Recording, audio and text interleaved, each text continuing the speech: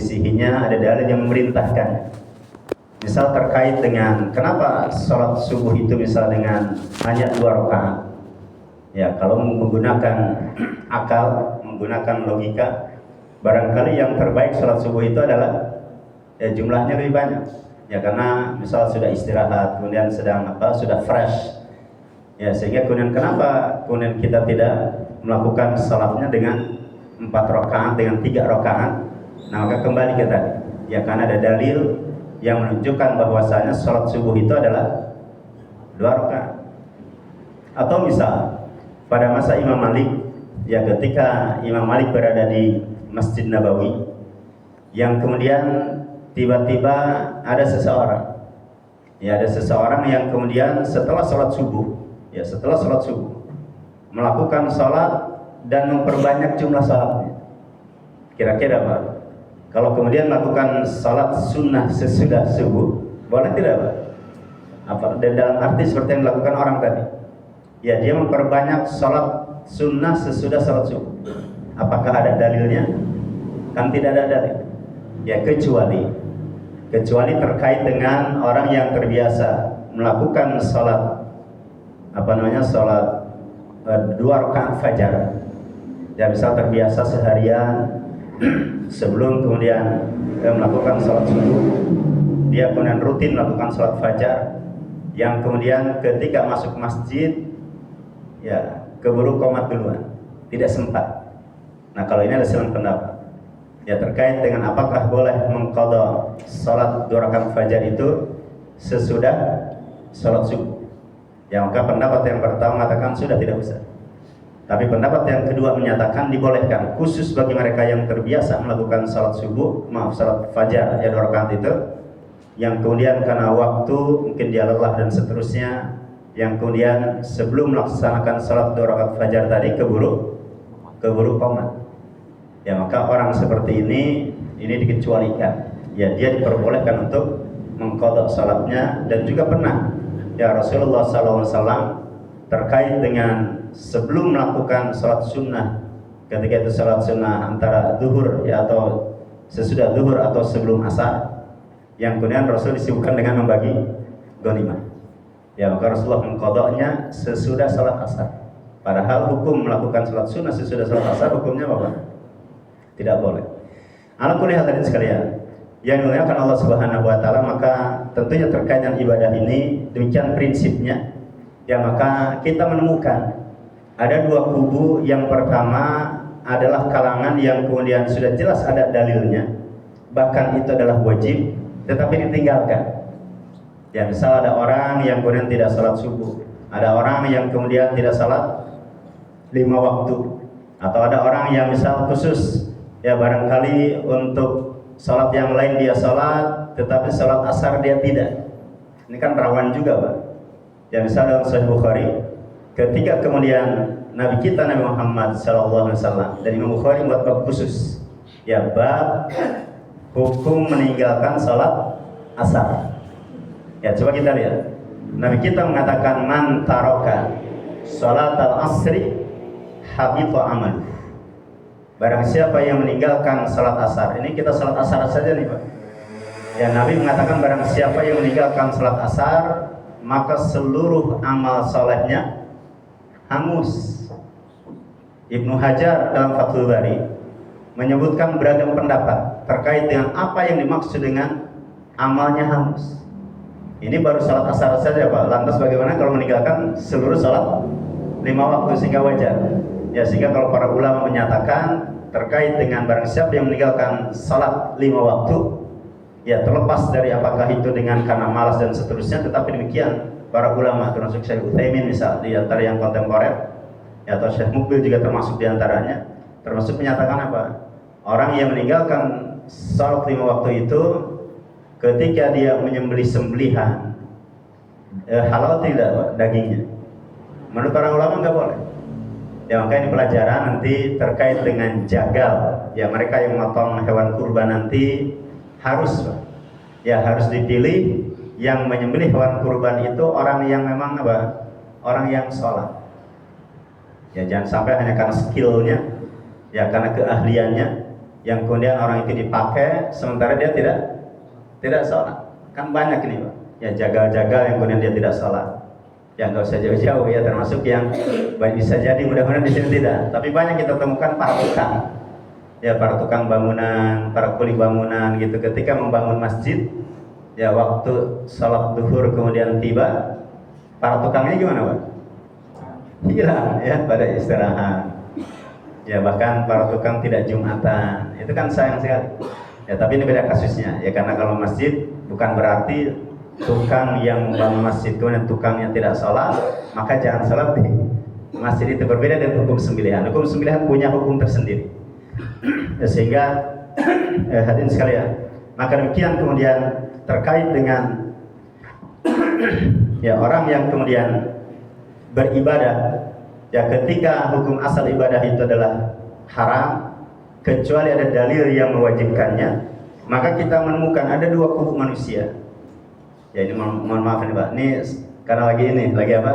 Radang tenggorokan, tidak ada kaitan dengan kurang minum. Ya sedang apa? Radang tenggorokan agak. Jadi hadirin sekalian, maka kubu yang pertama adalah orang-orang yang memang ketika ada dalilnya, bahkan dalil itu wajib, dia tidak melakukan. Ya atau bahkan misal kita akan menemukan dulu Pak di Suriah.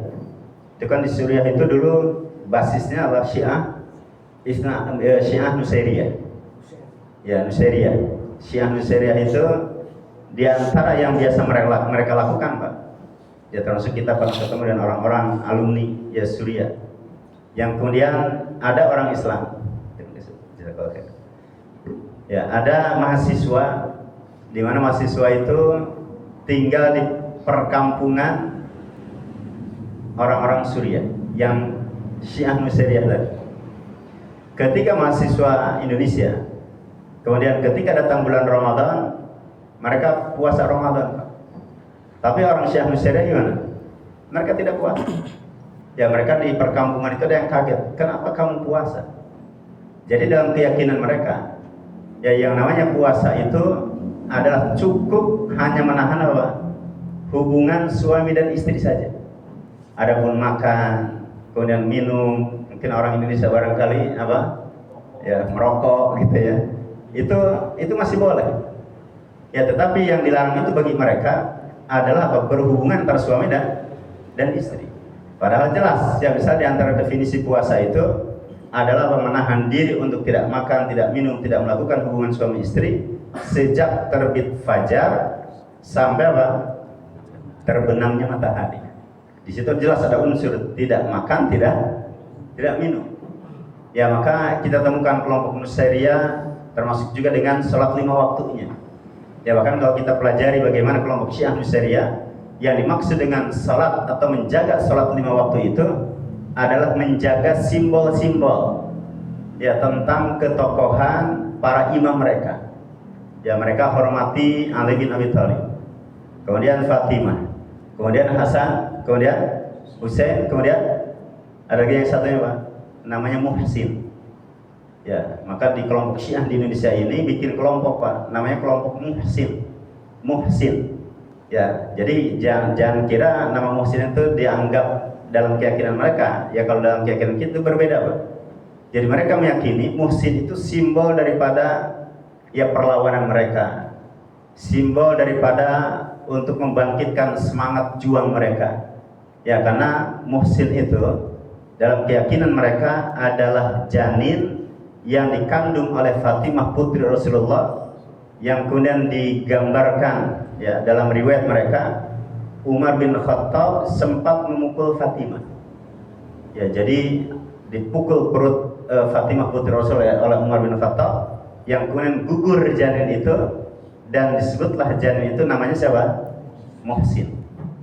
Ya ini kita menemukan ya riwayat seperti itu, dan kemudian kelompok kalangan seperti tadi mereka membuat apa? Kelompok lagi ya dengan nama apa?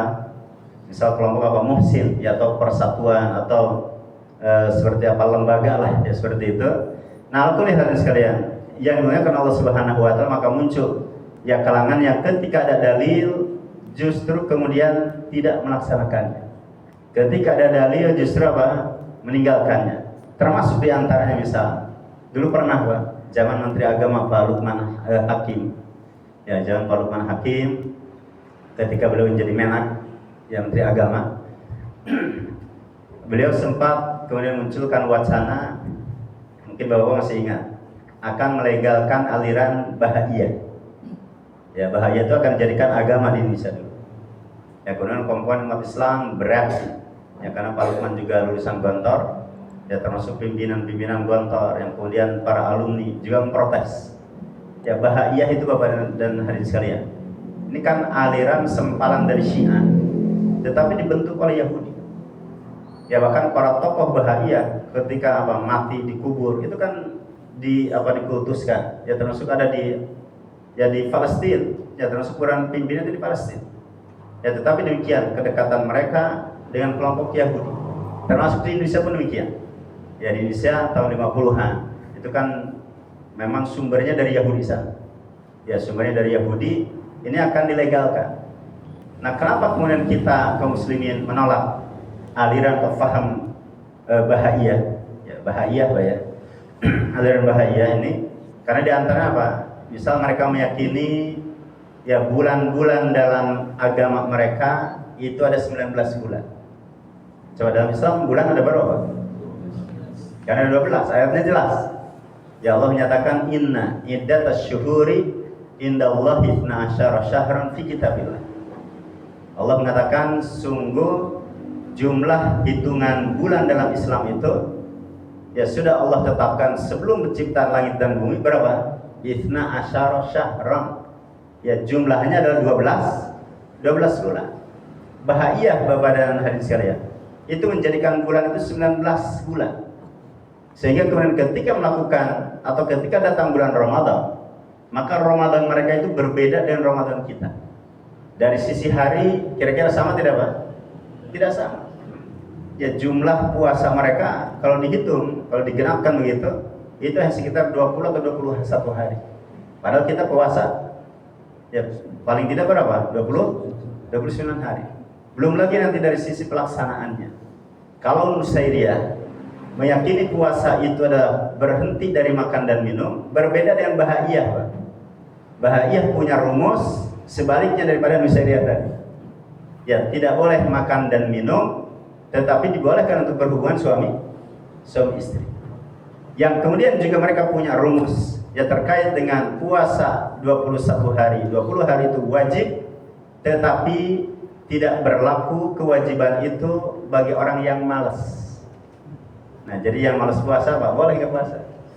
Kira-kira kalau ditanya gitu nih Pak, ya kalau yang malas boleh tidak puasa, kayaknya mayoritas dari kita tidak akan puasa.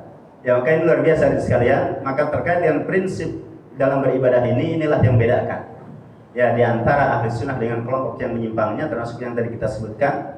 Demikian juga di sekalian, ada kalangan yang kemudian kalau yang tadi ada dalil tapi tidak melaksanakan dalil. Ya, kubu yang kedua justru adalah yang ketika tidak ada dalil tapi melaksanakan ya ibadah yang sebenarnya tidak ada dasarnya. Ya, misal di bulan lalu nih Pak, kalau sekarang bulan Dzulqa'dah, ya kemudian di bulan kemarin bulan Syawal, betul Pak ya? Kemarin bulan Syawal, jadi bulan Syawal, Dzulqa'dah, Dzulhijjah, ini yang disebutkan dalam ayat Al-Hajju Ashhuru Ma'lumat. Ya, jadi haji itu bulan-bulannya sudah Allah tetapkan. Ya, yaitu bulan apa? Syawal, dalam arti Syawal sudah mulai persiapan ya. Yang kemudian bulan Dzulqa'dah sudah mulai pada berangkat. Kemudian nanti puncaknya yaitu di bulan ya Dzulhijjah. Ya, di bulan Dzulhijjah maka Allah katakan bulan-bulan ini termasuk bulan-bulan untuk haji. Sudah Allah tetapkan, ada dalilnya. Ya, tetapi ada kalangan yang kemudian tidak ada dalil tapi melaksanakan atau ingin melaksanakan. Ya, bisa di Mesir Pak. Ya, dulu saya sempat ya S1 dari Al-Azhar Mesir. Yang mungkin sekali kenalan Pak ya. Saya dulu S1 di Mesir, mengambil jurusan hadis, kemudian S2 S3 di Bogor.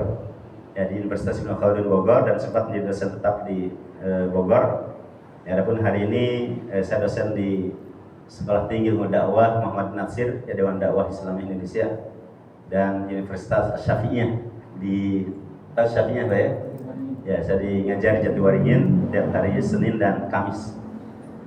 Hadirin sekalian, yang dimuliakan Allah Subhanahu wa taala. Ini sampai di mana tadi ini? Jadi terputus gara-gara ikut kampus tadi. Di Mesir. Oh, di Mesir. Ya, di Mesir itu ada seorang jenderal, Pak. Ya, ada seorang jenderal. Dia memberikan gagasan, memberikan ide yang mungkin bagi sebagian masyarakat ini idenya brilian. Tapi kalau menurut kita ini ide-ide yang sesat. Yaitu apa? Dia menyatakan haji itu sekarang sulit. Orang yang daftar misal haji, daftar 2026, kira-kira nih Pak, akan berangkat berapa tahun Pak? Ya dulu masih 13 tahun, 16 tahun, sekarang sudah puluhan. Ya sudah 20 tahun, 24 tahun. Maka sang jenderal tadi Pak, dia mengusulkan, ya bagaimana caranya agar antrian itu tidak panjang. Maka dia katakan, lakukan ibadah haji itu di bulan mana saja. Jadi tinggal milih kita Pak, Ramadan mau haji silahkan. Ya nanti Syawal mau haji silahkan. Ya kemudian Muharram mau haji, Dzulqa'dah mau haji silahkan. Ini akan mengurai Pak. Yang tadinya 20 tahun, ya kemudian bisa jadi berapa? Misalnya hanya nunggu 5 tahun. Ini kan idenya sepertinya bagus. Ya idenya baik. Tetapi hadirin sekalian, Allah sudah menyatakan al-hajju asyhurun ma'lumat. Ya bahwasanya haji itu sudah Allah tetapkan bulan-bulannya. Dan kita tidak pernah hadirin sekalian, kita tidak pernah menemukan Rasulullah SAW melakukan ibadah haji kapan saja, di bulan mana saja, nggak pernah. Ya bahkan dalam riwayat Bukhari, ketika kau disebutkan seluruh umrah Rasul yang berjumlah 4 kali, kan Rasul umrah 4 kali. Ya, Rasul umrah 4 kali, itu semuanya berada di bulan Dzulqa'dah. Ya, jadi bulan di antara keutamaan bulan Dzulqa'dah itu adalah bulan di mana Rasulullah melakukan umrah. Dan kemudian disebutkan umrah yang keempat yang terakhir itu adalah sekaligus umrah ketika haji yang disebutkan haji wada. Ya, maka jelas Rasulullah juga melaksanakan ibadah hajinya adalah di bulan-bulan tadi. Dalam arti ya beliau berangkat, yang kemudian pelaksanaan ibadah hajinya ya terkait nanti apa di tanggal 10 bukan 10 ya, yaitu di bulan Dzulhijjah ya puncaknya. Nah, maka ini hadirin sekalian, ya tentunya ada kalangan yang kemudian meyakini ada ibadah yang lain, termasuk yang tadi kita sebutkan. Ya bisa di bulan Syawal ada kalangan nih Pak. Ya mudah-mudahan di kita tidak ya. Ada kalangan yang menyatakan puasa 6 hari di bulan Syawal itu hukumnya wajib dan harus dilakukan secara berurutan. Kita lihat nih Pak, menyatakan hukumnya wajib, padahal puasa Syawal hukumnya apa? Sunnah itu yang pertama. Ya, yang berubah khilaf dalam hal ini memang. Yang kedua, ada terkait dengan puasa Syawal itu harus dilakukan secara berurut, diwajibkan berurut. Pertanyaannya apakah benar? Ya puasa Syawal itu harus dilakukan secara berurut atau boleh Pak? Misalnya Pak, dicicil selama itu bulan Syawal. Yang ketiga hadirin sekalian, kalangan ini kemudian membuat membuat hari raya lain. Ya selain hari raya Idul Fitri, Idul Adha, mereka membuat hari raya. Kalau di Jawa dengan apa? Hari raya ketupat. Ya maka pernah misal Nabi mengatakan gitu ya, Allah Subhanahu wa taala, wahai para sahabat, wahai manusia, telah mengganti hari raya kalian dengan hari raya ketupat. Ya bahkan nama ketupat aja sulit ini dalam bahasa Arab apa ya. Nah, jadi kalau Ibnu Taimiyah ya menyebut dengan ungkapan orang-orang terdahulu, orang seperti itu membuat hari raya yang namanya apa?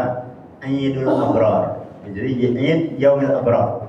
Ya hari raya terkait dengan hari raya orang-orang yang beruntung, orang-orang yang baik. Ya dan ini kan luar biasa nih Pak. Di sebagian daerah hari raya ketupat itu termasuk semarak juga. Ya bahkan ada di antara mereka yang kemudian merayakan hari raya Idul Fitrinya biasa saja. Tapi puncaknya itu adalah justru hari raya ketupat tadi. Ya bahkan ada seorang bapak-bapak ketika selesai ceramah kemudian datang di daerah pondok mana Pak yang ada TikToknya tuh, pondok bukan bukan Jakarta Timur. Saya pernah kelapa Pak. Pondok Bambu ya, yang ke arah Klender itu. Nah kan dari Pondok Bambu ada TikTok Pak ya. Nah, tidak jauh dari masjid itu, ini bukan promosi TikTok ya. Ya, tidak jauh dari TikTok itu ada masjid yang kemudian ada seorang bapak-bapak nyampaikan ke saya, Ustaz, keluarga saya meyakini tidak ada yang namanya Idul Fitri dan Idul Adha. Ya, jadi hari raya itu bagi mereka apa? Keluarga dia. Itu enggak ada. Merayakan hari raya Idul Adha, Idul Fitri itu enggak ada. Dan keluarga saya meyakini itu adalah orang Islam.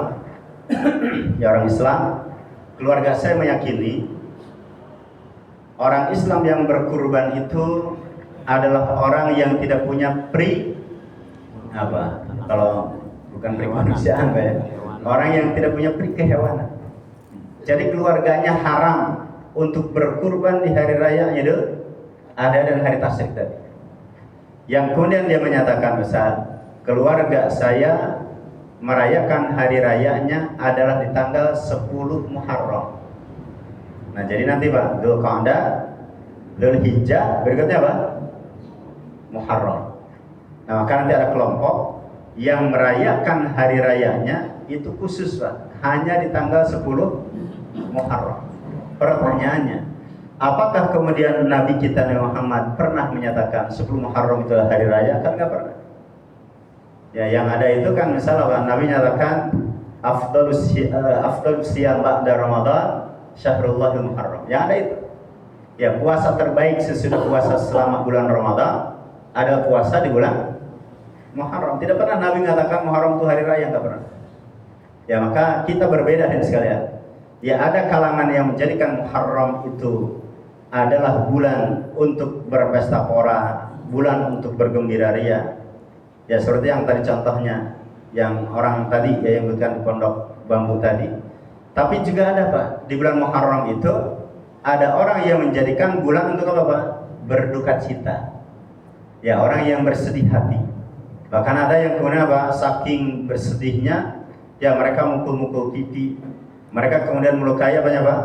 Ya, punggung mereka, melukai badan mereka, bukan dengan tangan lagi. Ya, mereka sudah melukainya dengan pisau, ya dengan pedang.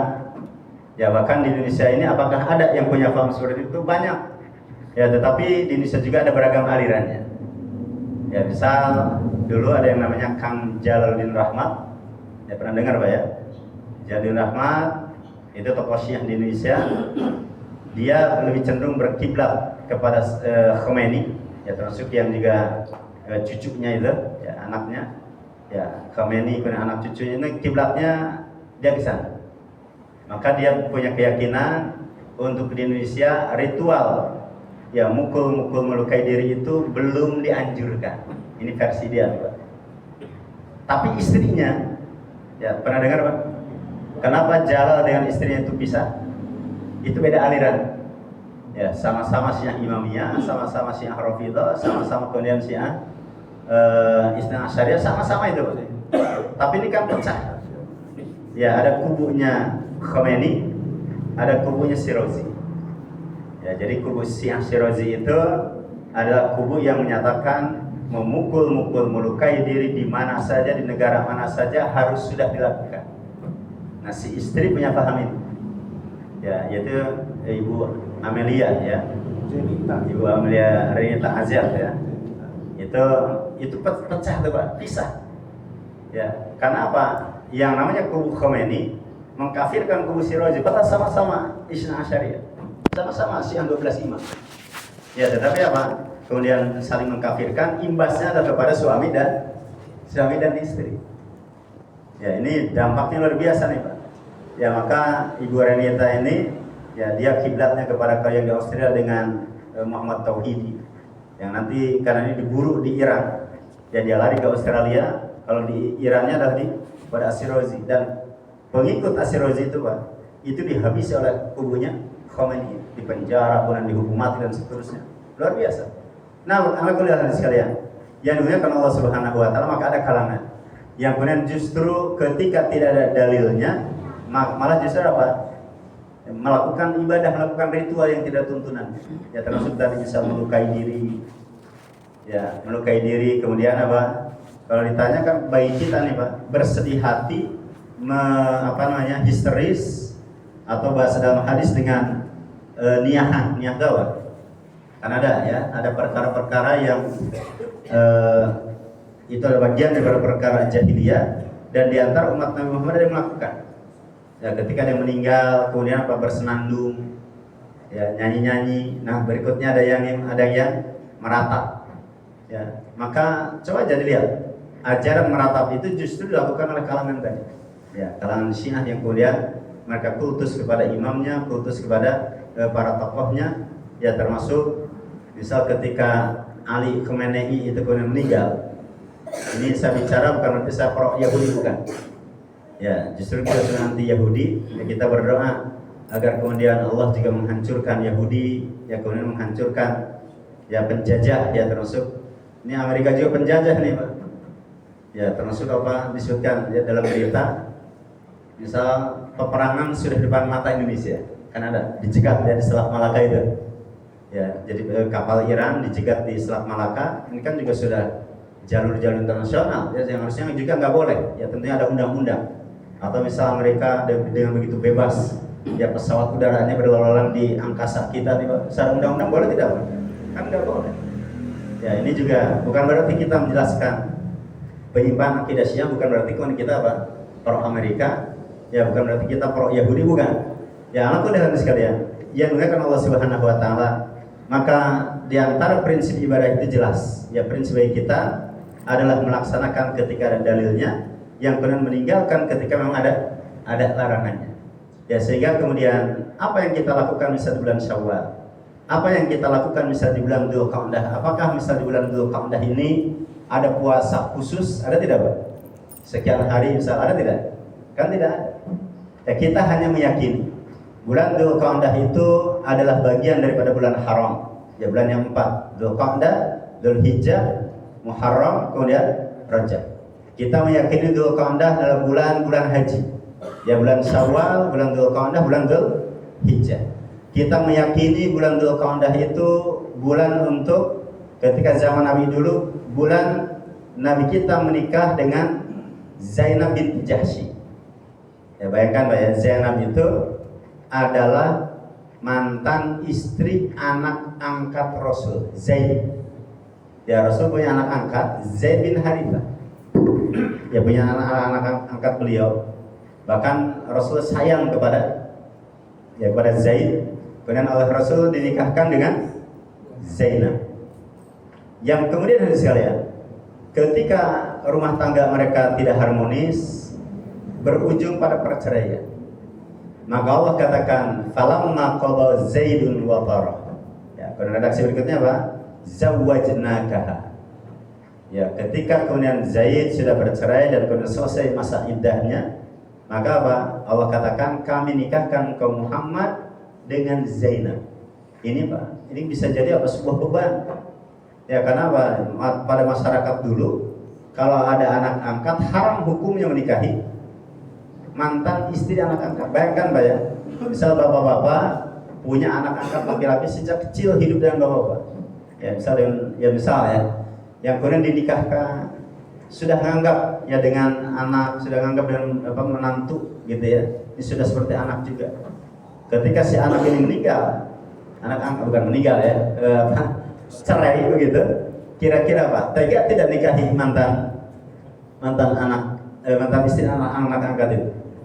Kayaknya berat Pak. Ya, bagaimana mungkin dan seterusnya beragam pertimbangan. Tapi itulah syariat. Ya, datang syariat untuk menggugurkan keyakinan itu. Ya, sehingga kemudian kalau diambil hukum, apakah boleh ayah angkat kemudian menikah dengan istri mantan apa? Anak angkatnya. Maka jawabannya adalah dengan ayat itu jelas. Ya, hukumnya menjadi boleh. Ya, menjadi boleh. Nah, lakukan sekalian yang dimuliakan Allah Subhanahu wa taala, maka demikian dalam ibadah. Maka para ulama menyatakan dalam ibadah itu ya di antara syarat yang harus terpenuhi apa Pak? Yang pertama ikhlaskan Allah, yang kedua ada tuntunannya. Ya, jadi kalau Fudail bin Iyad menyatakan ya hendaknya apa? Antakuna sawaban wa khalisan. Ya hendaknya kemudian ibadah itu dilakukan dengan cara yang benar sesuai dengan tuntunan Allah dan Rasulnya, dan kemudian apa? Juga dilakukan secara ikhlas karena Allah. Kita ambil poin yang kedua terkait dengan ikhlas tadi hadis sekalian. Ini kita lihat ya, misal bagaimana Nabi kita menggambarkan ada 7 golongan yang akan mendapatkan arsy Allah, ya mendapatkan naungan, ya mendapatkan naungan Allah, itu naungan arsy Allah Subhanahu wa taala ya di hari akhir nanti. Karena 7 nih Pak. 1, pemimpin yang adil. Kita acak saja enggak apa-apa ya. Yang kedua, anak-anak yang sejak dini tumbuh berkembang apa? Dalam beribadah kepada Allah. Kemudian yang ketiga, orang yang hatinya senantiasa terpaut dengan masjid. Kemudian yang keempat, ada orang yang saling cintai, kemudian saling cinta dan bencinya karena Allah. Kemudian yang kelima, ada terkait dengan siapa misal? Seorang yang dibujuk, digoda ya oleh seorang perempuan yang cantik, yang kaya raya, tapi dia mengatakan apa? Aku takut Allah. Kemudian demikian juga dengan seseorang yang ketika menyendiri Pak, ya ketika menyendiri dia kemudian menangis. Ya, dia penuhi air matanya, dengan air matanya, menangis, tapi menangisnya karena Allah juga. Dan yang ketujuh adalah mereka yang kemudian bersedekah, yang kemudian sedekahnya itu tangan kanan memberi sampai tangan kirinya tidak tahu. Maka para ulama menyatakan, kenapa 7 golongan ini termasuk yang akan mendapatkan naungan arsy Allah Subhanahu wa taala? Di antaranya Pak, di antara salah satu penyebabnya adalah apa?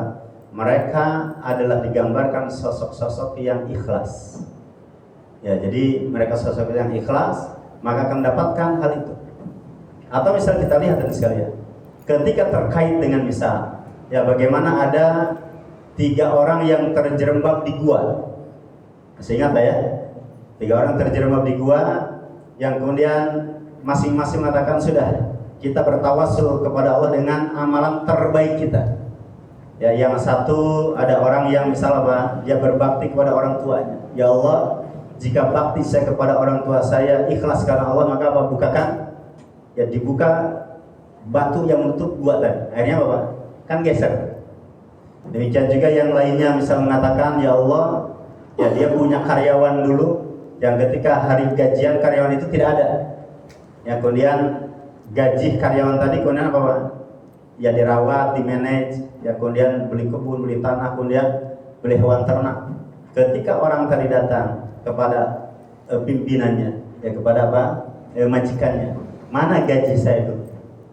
Akhirnya disebutkan, ya semua, ya ladang yang ada di sana, demikian juga dan hewan ternak ini, itu semuanya milik kamu. Dikasihkan semuanya. Maka dia katakan, ya Allah, jika itu dilakukan karena ikhlas karena Engkau, maka geser batu itu. Kemudian yang ketiga apa Pak? Orang yang kemudian seorang perempuan yang kemudian butuh uang, ya pinjam, padahal masih sepupuan nih Pak. Ya kemudian si laki-laki mengatakan, kalau kamu mau uang, kamu harus mau digauli dulu. Akhirnya sudah, karena si perempuan tidak punya apa-apa, dia pasrah. Ketika kemudian akan digauli dengan posisi persis seperti suami dan istri, maka si perempuan mengatakan, ya fulan ittaqillah. Ya wahai fulan, takutlah kepada Allah.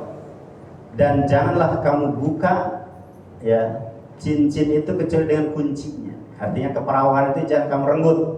Ya kecuali kalau sudah dinikahi dulu. Yang terjadi itu apa? Dia langsung terperanjat, dia langsung takut kepada Allah Subhanahu wa taala, dia ikhlas tinggalkan hal itu.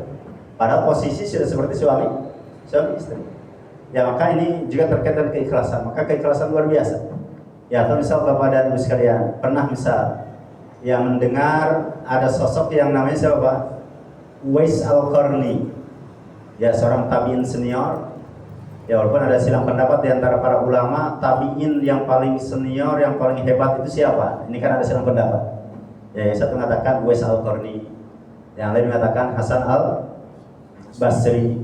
Ya kemudian yang lain terus beragam. Ya tapi yang jelas tentang Uwais Al-Qarni, ya Nabi sudah menjelaskan. Uwais Al-Qarni itu sosok yang kalau dia kemudian berdoa, doanya pasti Pak, bukan kadang-kadang pasti. Ya, kalau Uwais Al-Qarni berdoa pasti dikabulkan.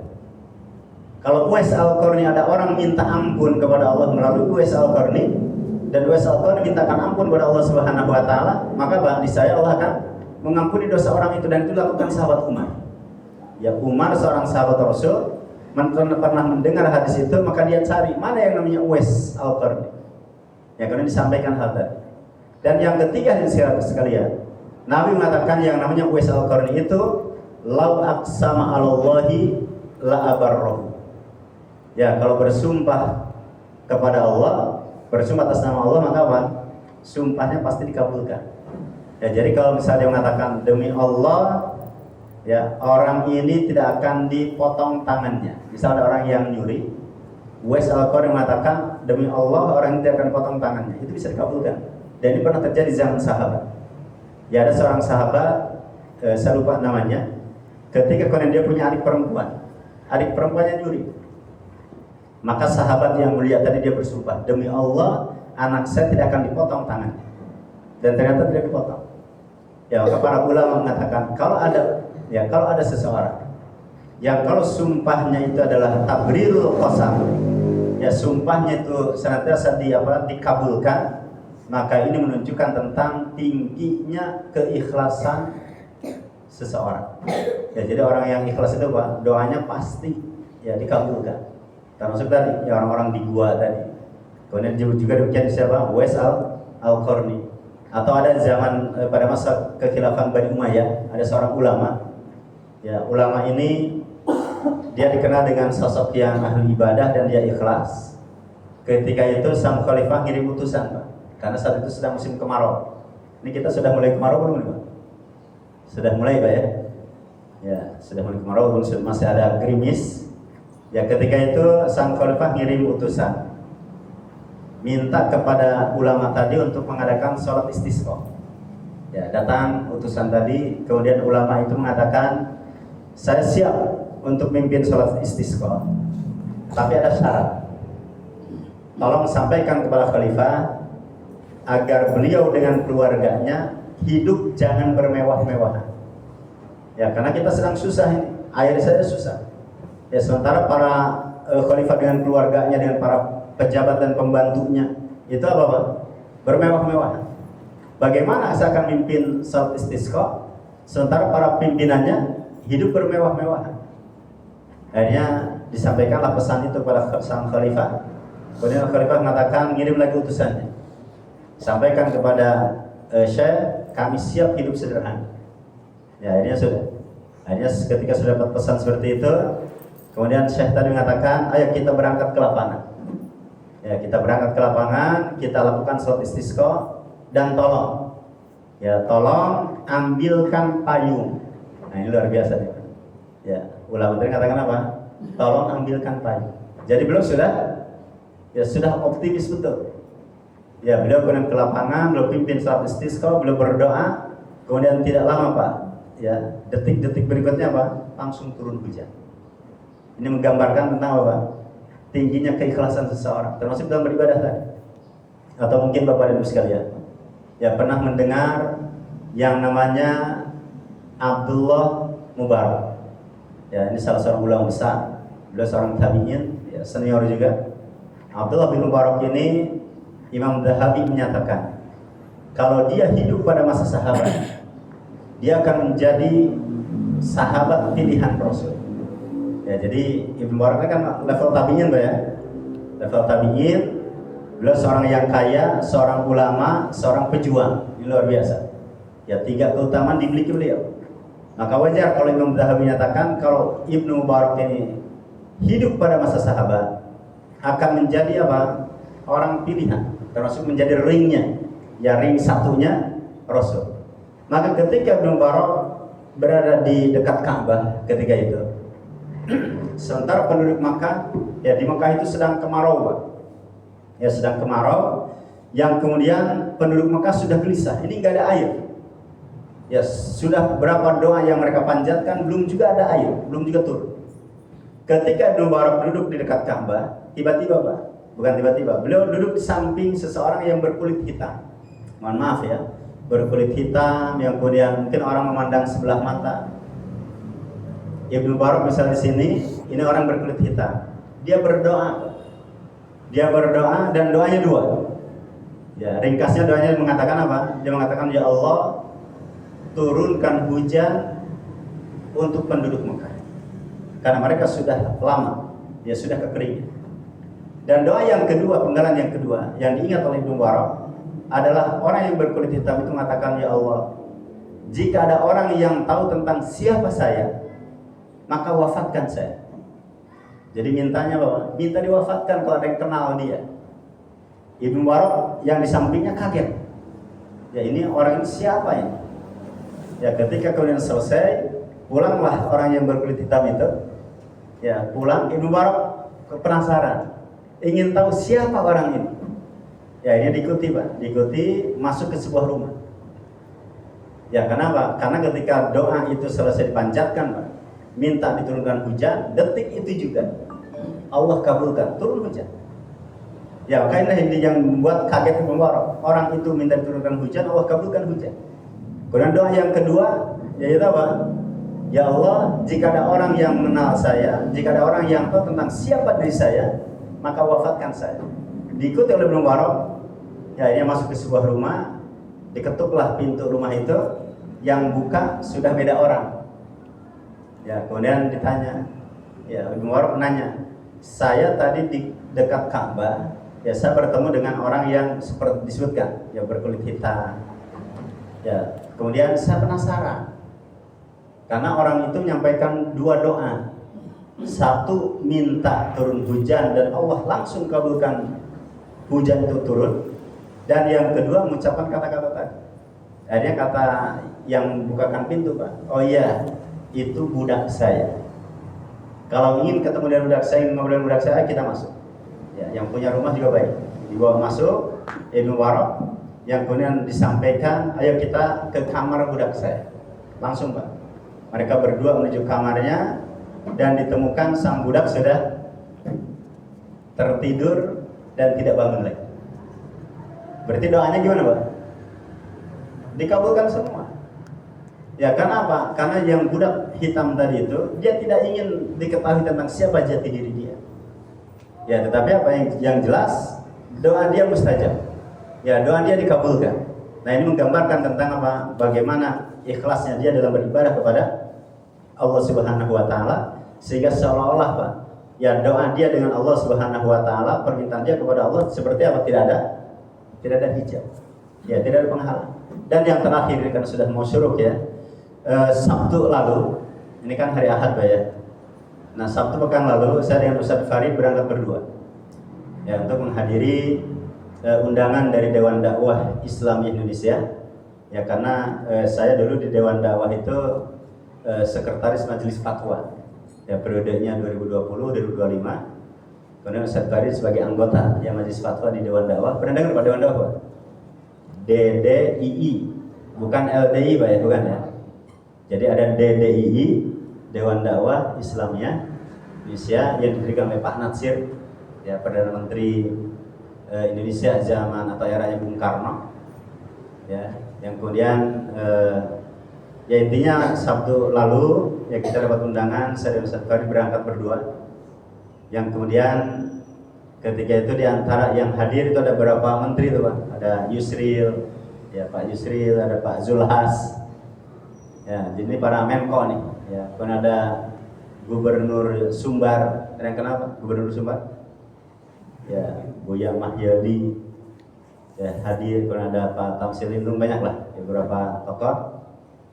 Kemudian di acara itu diundang juga delegasi dari Timor Timur. Dari Timor Leste. Nah ini yang menarik ya. Ada dai Dewan Dakwah di Timor Timur yang sekarang usia sudah 60 tahun. Jadi ketika dia lulus kuliah, dia orang Pacitan. Ya Pacitan Jawa Timur, lulus kuliah masih bujang, masih jomblo gitu, dipanggil oleh Pak Natsir. Ya namanya Muhammad Rois, Ustaz Muhammad Rois. Rois, ya saya tugaskan kamu untuk dakwah di Timor Timur. Itu kan masih daerah konflik tuh Pak. Ya masih ada perang antara tentara dengan ya apa pasukan apa namanya? Ya apa? Pertelin ya. Itu masih daerah rawan tuh, masih konflik. Kemudian Ustaz Rois cerita di forum itu, ya saya ketika berdakwah tantangan luar biasa, saya mau dibunuh, luar biasa pokoknya. Kan di Timor Leste itu agama yang paling banyak agama apa? Kan bekas jajahan Portugis, ya bekas jajahan Portugal, Katolik, ya Katolik yang kemudian ketika itu beliau didatangi oleh Pak Syafri Samsudin. Sekarang jadi apa? Ya, Menhan. Ya, kan yang turun ke Timur Timur kan ada presiden sekarang, ya Pak Prabowo, kemudian ada Pak Syafri Samsudin. Ini Pak Syafri ini datang menemui Ustaz Rois. Ya. Dia nyampaikan, Ustaz, kami mendapatkan keluhan dari masyarakat. Ini di Timur ini sudah kekeringan berkepanjangan. Ya, sehingga mereka ketika nanam pohon, nanam ya pertanian, enggak ada yang tumbuh kan terlalu panas. Coba Ustaz ajak masyarakat untuk melakukan sholat istisqa. Nah, ini luar biasa nih Pak.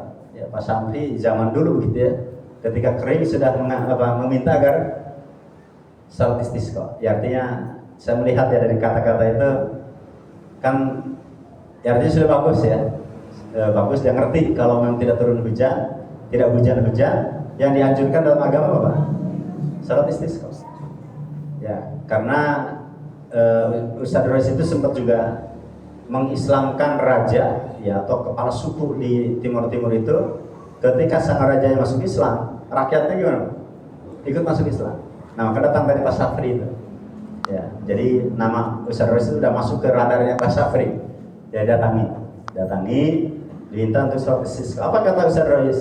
Pak, orang-orang di sini itu bagaimana saya bisa ngajak mereka untuk sholat istisqa? Ya, sholat 5 waktu saja mereka masih saya ajarkan, mereka belum paham sholat 5 waktu. Tapi nggak apa-apa, kata Ustaz Rois, nggak apa-apa. Nanti saya akan ya sholat ya sendiri, saya akan melakukan sendiri, akan minta kepada Allah. Jadi sudah ringkasnya Pak Syafri pulang. Ya, Pak Syafri dan timnya pulang. Kemudian Ustaz Rois di hari itu, di malamnya Pak, ya beliau menyampaikan, saya di malam itu setelah kedatangan Pak Syafri Samsudin, saya tahajud jam 2. Ya, saya tahajud jam 2, kemudian saya iringi ya dengan apa? Diselipkan dengan doa-doa. Dan doa ya dalam arti apa? Doa yang saya panjatkan ke Allah hanya satu. Ya Allah, tunjukkan kebenaran Islam di hadapan mereka. Karena mayoritasnya kan agamanya agama Katolik. Ya Allah, tunjukkan kebenaran Islam di hadapan mereka dengan Engkau turunkan hujan kepada kami. Itu jam 2 salat Pak. Persis jam 4 dini hari hujan turun besar. Ya, hujan besar. Dan hujannya enggak 1 jam 2 jam Pak. Ya, hari itu hujan. Nanti berikutnya dari berikutnya hujan lagi, hari berikutnya hujan lagi, sehingga kemudian datang pasukan Kopassus Pak. Ada satu mobil rombongan Kopassus datang, kemudian komandannya nemui Ustaz Rois. Ya, Ustaz, ini saya dapat perintah ini, katanya. Dulu kan yang turun kan Kopassus Pak ya, kan Pak Syafri Kopassus juga, Pak Syafri Bapak Kopassus. Ya, kami dapat perintah. Dulu Pak Syafri sudah datang untuk minta turun hujan. Gara-gara apa? Gara-gara masyarakat mengadukan, ya tanaman mereka tidak tumbuh, itu kan tidak hujan. Tapi sekarang mereka mengadukan, mereka mengeluh, tanaman mereka tidak tumbuh gara-gara kehujanan terus. Ya, coba Ustaz, tolong mintakan ke Allah agar apa? Allah rendahkan hujannya. Oh begitu, baiklah kalau gitu ya. Akhirnya berdoa beliau, sudah Pak, hujan reda, tidak hujan lagi. Akhirnya kata Ustaz Rois, saya ke Allah berdoa agar turun hujan, Allah kabulkan. Saya berdoa kepada Allah kemudian agar apa? Hujan diredakan, Allah kabulkan. Murid-murid saya berdoa minta doa kepada saya, Ustaz tolong doakan saya agar bisa berangkat haji. Murid-murid saya berangkat haji. Bahkan anak saya juga sudah berangkat haji. Dan ada satu doa yang dikabulkan Allah sampai hari ini, Yaitu apa? Saya minta kepada Allah agar saya bisa haji. Itu belum dikabulkan. Akhirnya selesai acara itu turun jadwal beliau, ya turun saya, kemudian ini ada satu orang Ustaz Rois di sini. Akhirnya saya bilang, Ustaz Rois, antum ini wali Allah ini. Ya, karena apa?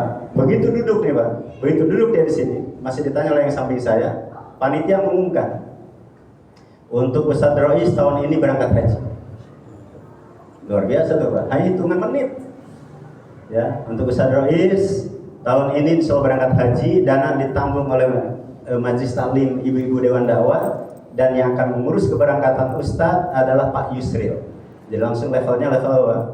Kan mudah Pak, antara Pak hubungan ya government by government kan, pemerintah dengan pemerintah. Ya, jadi kalau misal kan bisa aja, ya mudah bagi Indonesia itu kalau levelnya pejabat, ya tinggal kontak kedutaan Saudi, hubungan dengan para ya pejabat Saudi kan mudah. Ya kalau sudah pemerintah dan pemerintah, itu kontan Pak.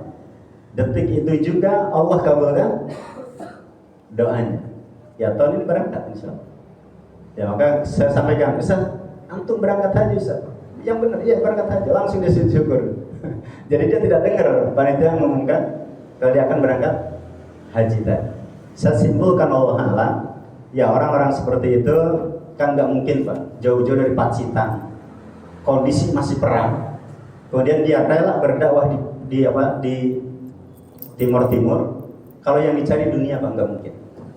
Berarti yang dicari dia apa? Kita husnudzan, ikhlas karena Allah Subhanahu wa taala. Dia mau dibunuh, dia dikejar dan seterusnya, itu kan di sana.